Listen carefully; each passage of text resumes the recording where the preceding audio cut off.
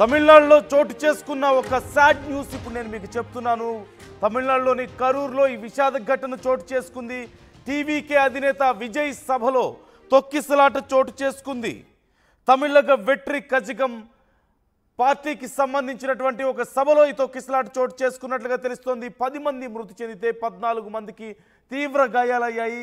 మృతుల సంఖ్య మరింత పెరిగే అవకాశం ఉన్నట్లుగా తెలుస్తోంది. 30 మందికి పైగా గాయపడి ప్రస్తుతం ఆసుపత్రిలో చికిత్స పొందుతున్నారు. తొక్కిసలాటతో విజయ్ ప్రసంగాన్ని ఆపేసి వెళ్ళిపోయినట్లుగా తెలుస్తోంది. మనందరికీ తెలుసు, తమిళగ వెట్రి కజగం టీవీకే పార్టీని విజయ్ స్థాపించారు. ప్రజల్లోకి వెళ్తున్నారు, వరుసగా సభలు సమావేశాలు నిర్వహిస్తున్నారు, ర్యాలీలు నిర్వహిస్తున్నారు, పొలిటికల్గా యాక్టివ్ అయ్యే ప్రయత్నం చేస్తున్న నేపథ్యంలో ఆయన సభలో ఒక్కసారిగా తొక్కిసలాట చోటు చేసుకుంది. విజయ్ మాట్లాడుతుండగానే ఏం జరుగుతుందో తెలియలేదు. ఒక కార్నర్లో ఒక్కసారిగా ఏదో అలజడి మొదలైంది. చూస్తే ఒక స్టాంపేట్ జరిగింది, అక్కడ తొక్కిసలాట జరిగింది.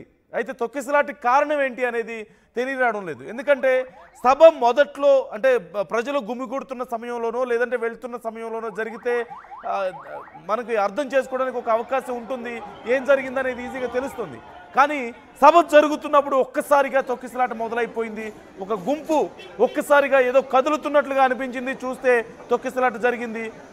భారీగా నష్టం జరగడాన్ని మనం చూడొచ్చు. 10 మంది మరణాలు చోటు చేసుకున్నాయి. 10 మంది ప్రాణాలు కోల్పోయారు. 14 మంది ఇంకా చాలా సీరియస్గా ఉన్నట్లుగా తెలుస్తుంది. 30 మందికి తీవ్ర గాయాలైనట్లుగా సమాచారం అందుతోంది. అయితే విషయం తెలిసిన వెంటనే విజయ్ అక్కడి నుంచి వెళ్ళిపోయినట్లుగా తెలుస్తుంది. తాను మాట్లాడుతున్న సమయంలోనే ఈ ఘటన చోటు చేసుకుంది. ఆ స్పీచ్ సందర్భంలోనే ఈ ఘటన చోటు చేసుకుంది. ఒక్కసారిగా స్పీచ్ ఆపేసి విజయ్ అక్కడి నుంచి వెళ్ళిపోయారు. అలాగే పార్టీ కార్యకర్తలు వెంటనే స్పందించి అక్కడ సహాయక చర్యలు చేశారు. అయితే గుంపు చాలా ఎక్కువగా ఉండడంతో, ప్రజలు చాలా ఎక్కువగా ఉండడంతో పోలీసులకు పెద్ద సమస్యగా మారింది. మనం విజువల్స్లో చూస్తున్నాం. విజయ్ మాట్లాడుతున్నప్పుడు చోటు చేసుకున్నటువంటి తొక్కిసలాటకి సంబంధించి డీటెయిల్స్ మనం చూడొచ్చు. వైపు మరోవైపు తొక్కిసలాట జరిగిన తర్వాత ఒక్కసారిగా అక్కడికి చేరుకున్నటువంటి అంబులెన్సులు, అక్కడ ఉన్నటువంటి ఎవరెవరైతే అక్కడ తొక్కిసలాటలో గాయపడ్డారో, ఎవరెవరి పరిస్థితి కండిషన్ సీరియస్గా ఉందో వాళ్ళందరినీ కూడా వెంటనే హాస్పిటల్కి తరలించడాన్ని, చాలామంది కార్యకర్తలు కూడా ఆ సహాయక చర్యలో పాల్గొనడాన్ని మనం చూస్తున్నాం. ఆర్టీవీ మీకు ఎక్స్క్లూజివ్గా చూపిస్తోంది తమిళనాడులో చోటు చేసుకున్నటువంటి స్టాంపేట్కి సంబంధించినటువంటి డీటెయిల్స్. గతంలో కూడా మనం చూసాం, బెంగళూరులో జరిగినటువంటి ఒక ఘటన మనం ఖచ్చితంగా గుర్తు చేసుకోవచ్చు. ఈ భారీ ర్యాలీల సందర్భంగా అనేక సందర్భాల్లో ఇలాంటి ఘటనలు మనం చూసాం. ఆంధ్రప్రదేశ్లో ఒకానొక సమయంలో పుష్కరాల సమయంలో చోటు చేసుకున్నటువంటి తొక్కిసలాట మనం చూసాం. అలాగే రాయల్ ఛాలెంజర్స్ బెంగళూరు గెలిచిన తర్వాత అక్కడ పెద్ద తొక్కిసలాట చోటు చేసుకోవడం, అనేక మంది ప్రాణాలు కోల్పోవడం ఆ విజయ్ యాత్ర సందర్భంగా మనం చూసాం. ఇప్పుడు తమిళనాడులో ఇలాంటి ఘటన మనం చూస్తున్నాం. కానీ రాజకీయంగా జరిగేటువంటి రాజకీయ సభల్లో తొక్కిసలాట్లు జరగడం అనేది చాలా అరుదుగా చోటు చేసుకుంటుంది. అయితే మనం గతంలో ఒకసారి ఏపీలో జరిగినటువంటి ఘటనలు కూడా మనం చూసాం. చంద్రబాబు ర్యాలీ సందర్భంగా ఒక వీధిలో, ఇరుకైన వీధిలో అప్పుడు ఈ సభ జరుగుతున్న సందర్భంలో అక్కడ చోటు చేసుకున్నటువంటి పరిణామాలు, ప్రాణాలు కోల్పోయినటువంటి సందర్భాలు కూడా మనం చూసాం. సో రాజకీయ సభల్లో, పార్టీలకు సంబంధించినటువంటి సభల్లో చాలా వరకు ఆర్గనైజ్ చేస్తుంటారు. అక్కడ సహాయక చర్యలు చేయడానికి రెడీగా ఉంటారు.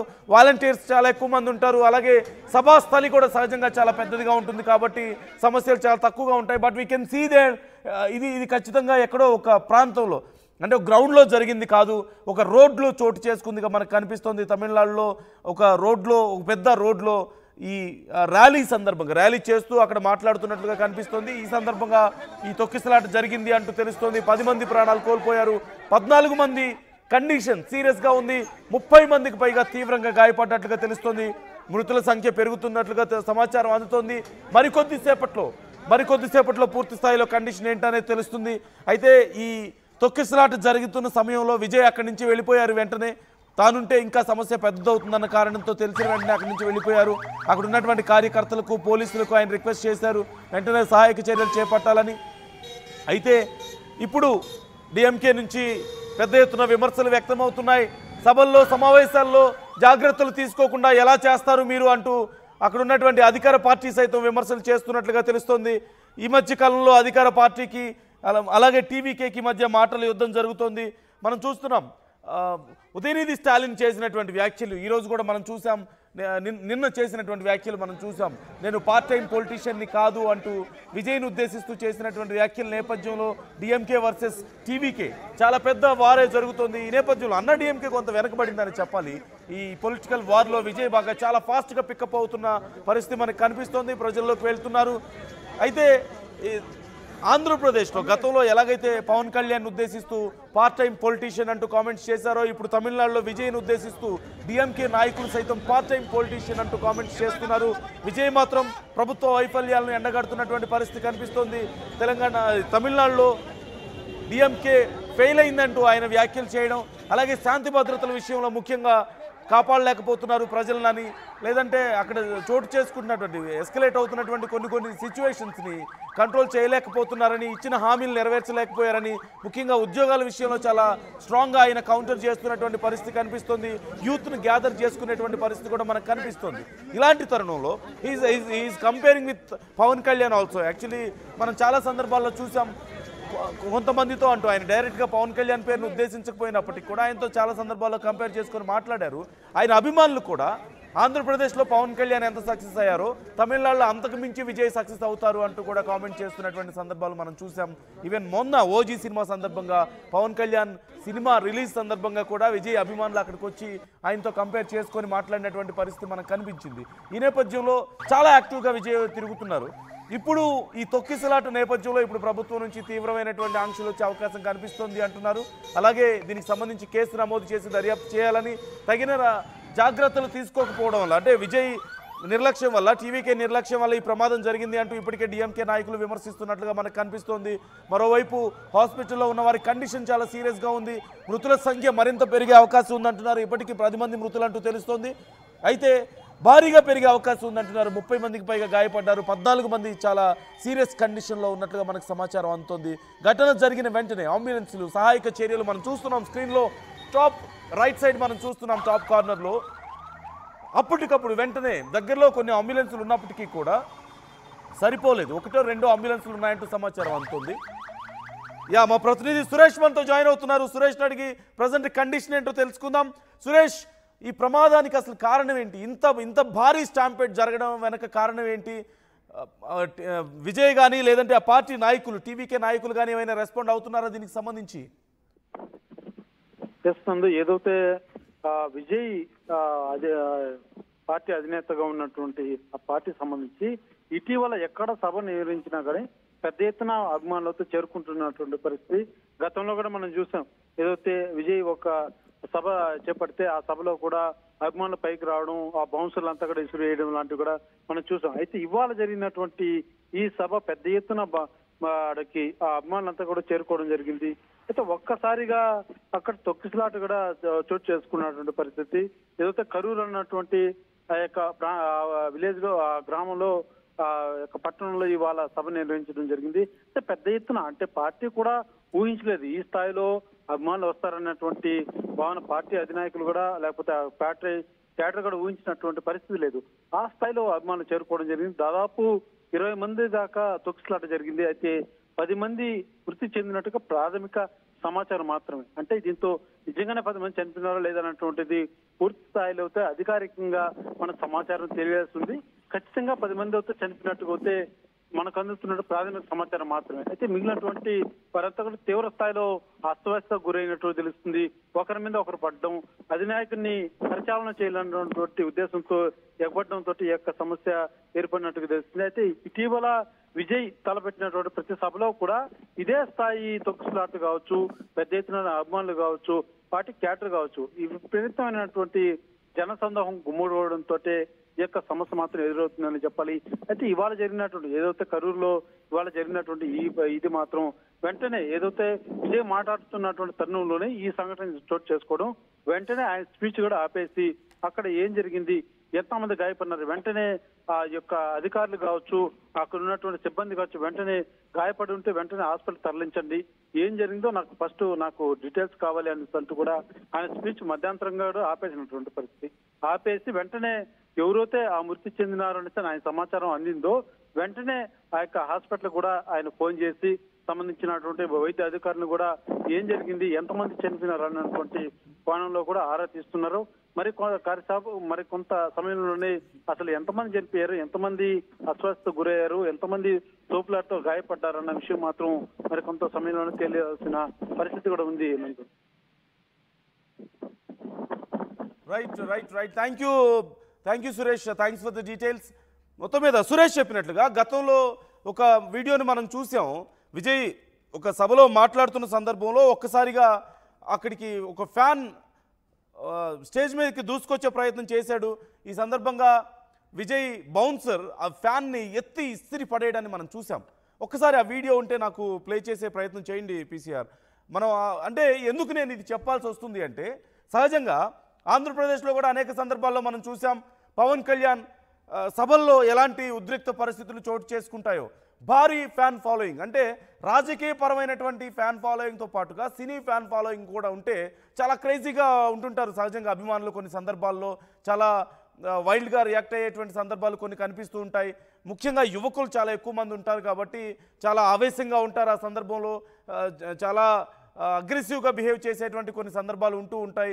ముందు వెనక చూసుకోకుండా, జాగ్రత్తలు తీసుకోకుండా కొన్నిసార్లు ఫ్యాన్స్ తమ అభిమాన నటుల్ని చూసినటువంటి ఆనందంలోనో లేదంటే వాళ్ళు చేసినటువంటి వ్యాఖ్యలతోనో ఒక్కసారిగా ఊగిపోయేటువంటి సందర్భాలు మనం చూస్తూ ఉంటాం. సో సహజంగా రాజకీయ నాయకులతో పోల్చుకుంటే సినిమా స్టార్స్కి అభిమానులతో కొంత ఎక్కువ సమస్య ఉంటూ ఉంటుంది. రాజకీయ నాయకులకు ఉండేటువంటి అభిమానులు ఎంత అభిమానం ఉన్నప్పటికీ కూడా కొంతవరకు ఇలాంటి పరిణామాలు చోటు చేసుకో, అంటే స్టేజ్ మీదకి రావడమో లేదంటేనేమో చాలా వైలెంట్గా బిహేవ్ చేసేటువంటి సందర్భాలు లాంటివి ఉండవు. వాళ్ళు ఏం మాట్లాడతారనే దానికోసమో వాళ్ళు మాట్లాడినప్పుడు కొంచెం చప్పట్లు కొట్టడానికో వెయిట్ చేస్తూ ఉంటారే కానీ, లేదంటే వాళ్ళు కనిపించినప్పుడు హ్యాపీగా ఫీల్ అవుతుంటారు. కానీ సినిమా స్టార్స్ ఎప్పుడైతే పెద్ద పెద్ద స్టార్స్ కనిపిస్తారో వాళ్ళ దగ్గరికి వెళ్ళాలని, వాళ్ళని హక్ చేసుకోవాలని, వాళ్ళకి షేక్ హ్యాండ్ ఇవ్వాలని, వాళ్ళతో ఫోటోలు దిగాలని, లేదంటే అందరి ముందు వాళ్ళ అభిమాన హీరోని కలుసుకోవాలని రకరకాల ప్రయత్నాలు చేస్తూ ఉంటారు. సో అలాంటి ప్రయత్నాలు చేస్తున్న సందర్భం కానీ, లేదంటే అలాంటి ప్రయత్నాల్లో భాగంగానో, లేదంటే కొన్ని రకాల స్లోగన్స్ విషయంలో కూడా చాలా సందర్భాల్లో ఇలాంటి ఉద్రిక్త పరిస్థితులు మనం చూస్తూ ఉంటాం. పోయారు. అలాగే 14 మంది పరిస్థితి సీరియస్గా ఉంది. 30 మందికి తీవ్రంగా గాయాలైనట్లుగా తెలుస్తోంది. వీళ్ళందరికీ ఎలాంటి సహాయక చర్యలు చేపట్టినప్పటికీ కూడా, లేదంటే విజయ్ నుంచి ఎలాంటి సహాయం అందినప్పటికీ కూడా వాళ్ళ కుటుంబాలకి వాళ్ళ ప్రాణాలు అయితే తిరిగి రావు కదా. కొంచెం పరిస్థితులు ఎస్కలేట్ అయ్యేటువంటి కండిషన్స్ సహజంగా ఇలాంటి స్టార్స్కి సంబంధించినటువంటి సభలు. ఓ పక్క రాజకీయాలంటేనే చాలా అగ్రెసివ్గా ఉంటుంటారు, మరోవైపు సినిమా అభిమానులు అంటే ఇంకా చాలా ఉత్సాహంగా ఉంటుంటారు. ఈ రెండు కలిసినటువంటి పరిస్థితి, ఈ రెండు కలిస్తే ఇంకా చాలా అగ్రెసివ్ కండిషన్స్, కొన్నిసార్లు అన్ప్రిడిక్టబుల్ కండిషన్స్ చోటు చేసుకునే అవకాశం ఉంటుంది, ఇన్సిడెంట్స్ చోటు చేసుకునే అవకాశం ఉంటుంది. ఇప్పుడే అందుతున్నటువంటి సమాచారం ఆర్టీవీ మీకు ఎక్స్క్లూజివ్గా అందిస్తోంది. ఇప్పటికీ 26 మంది ప్రాణాలు కోల్పోయారంటూ తెలుస్తోంది. 10 మంది అంటూ ఇప్పటి వరకు మనం అనుకున్నాం, కానీ 26 మంది ప్రాణాలు కోల్పోయారు ఇప్పటికీ. ఇది చాలా, ఇట్స్ ఎ మ్యాసివ్ స్టాంపెడ్. ఖచ్చితంగా one of the most massive stampede ఈ మధ్య కాలంలో జరిగింది. ఖచ్చితంగా ఇంత పెద్ద తొక్కిసలాటని మనం ఈ మధ్య కాలంలో ఎక్కడ చూస్తుండం. ఇంత భారీ తొక్కిసలాటని ఒక రాజకీయ సభలో ఎందుకు జరిగింది? ఇది ఎవరైనా కుట్ర దాగి ఉందా దీని వెనక, లేకపోతే పొరపాటున జరిగిందా? కారణం ఏదైనప్పటికీ కూడా 26 మంది ప్రాణాలు కోల్పోవడం అనేది ఖచ్చితంగా చాలా దారుణమైనటువంటి ఘటన. మృతుల సంఖ్య మరింత పెరిగే అవకాశం ఉంది అంటూ తెలుస్తున్నటువంటి పరిస్థితి ఉంది. దీనికి సంబంధించి ఆర్టీవీ మీకు అప్పటికప్పుడు అప్డేట్స్ అందిస్తూనే ఉంటుంది. ఓ పక్క మీరు చూస్తున్నారు అక్కడ జరుగుతున్నటువంటి సహాయక చర్యలకు సంబంధించి వడివడిగా అక్కడ ఉన్నటువంటి ఈ స్టాంపెడ్లో గాయపడ్డ వాళ్ళని తీసుకువెళ్తున్నటువంటి పరిస్థితి మనం చూసాం. గతంలో నేను మీకు ప్లే చేసి చూపిస్తున్నాను స్క్రీన్ మీద.